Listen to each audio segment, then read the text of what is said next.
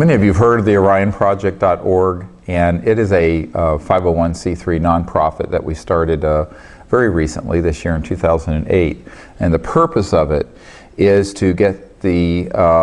public involved in the support for both the education about, but specifically the research of and development of over unity new energy technologies. And what we mean by that are electromagnetic and other systems that put out more energy than you have to supply to them, so that we can develop a robust demonstrator, at least a kilowatt or more of an energy system that could then be further developed so that your home could run on these energy systems or your car could run on them without the use of any fossil fuels, nuclear power, or sources of pollution at all.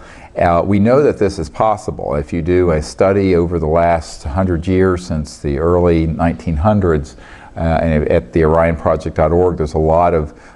historical overview back all the way to the time of Tesla and Stubblefield, where these types of technologies had been developed. Unfortunately, they have over the years either been fallen into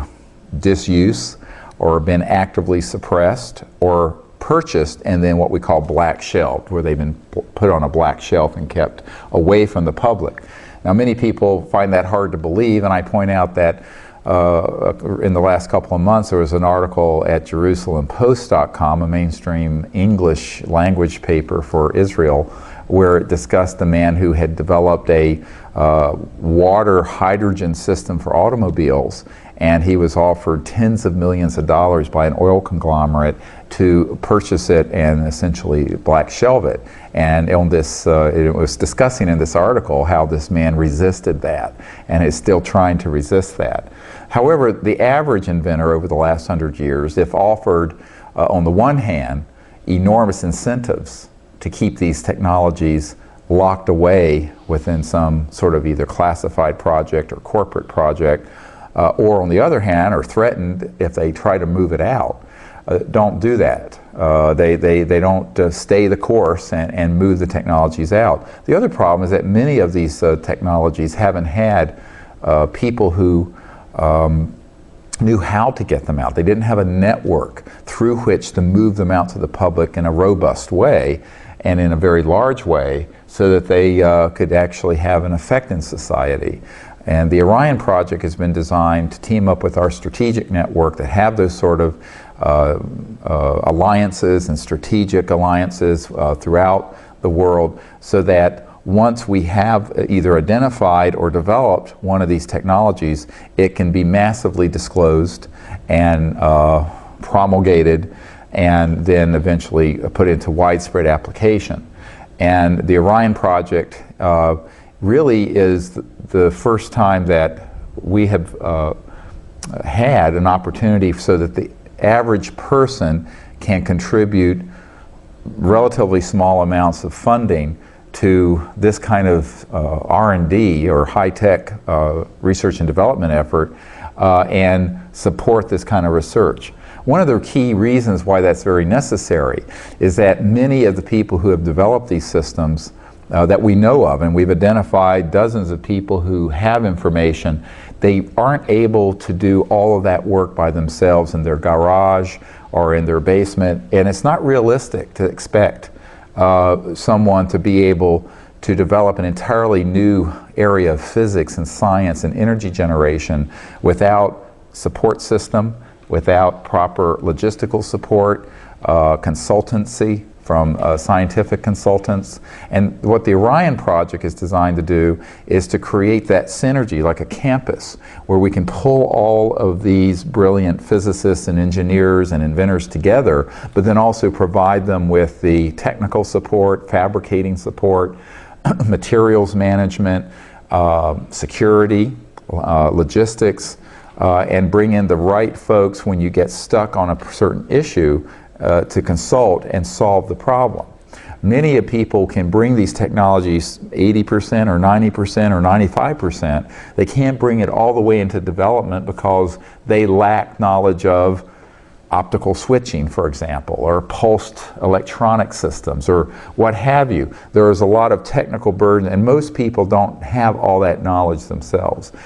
They have knowledge of electromagnetic systems, they have very good ideas of how to engineer systems, but they can't do it by themselves. And we have found that the best way to change that dynamic and actually get the first generation of these out to the public is to create a synergistic research and development effort under one roof where people can be brought together, where they can share information, and where the right support team can be put in place. So that's one of the central reasons for the OrionProject.org. The other is to, in the event that our sister operation, the Advanced Energy Research Organization, Arrow, which is a regular company, it's working also on some other technologies. If those were to reach a level of development that Arrow could take them out and get them out to the public, the Orion Project would then be identified as the foundation, as a nonprofit, to see that those technologies are gifted back to areas of the world that couldn't afford to purchase them. For example, a lot of the environmental damage occurring in the equatorial rainforest areas are in areas that have very, very great poverty. And even if one of these systems costs $5,000 or $10,000, and a village would benefit from them, so they wouldn't have to chop down tropical rainforest to make charcoal to cook their food, you might as well say $5 or $10 trillion. They don't have that kind of resource. So what the Orion Project would do, and will do, is be able to get these technologies and then through its network see that they are gifted to areas where a great deal of environmental damage is occurring, and in working with other international relief agencies, get these technologies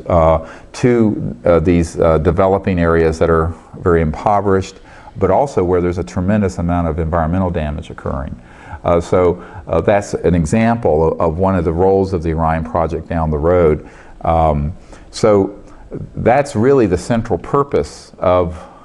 this effort, and it's something where, for the first time, because regular corporations can't allow the public to participate unless it goes through an IPO, initial public offering, which itself costs millions of dollars to get done. This is a way to have a research institute where everyone can contribute a relatively small amount and create a fund to support these inventors and researchers and engineers. And so that's really the concept behind the Orion Project.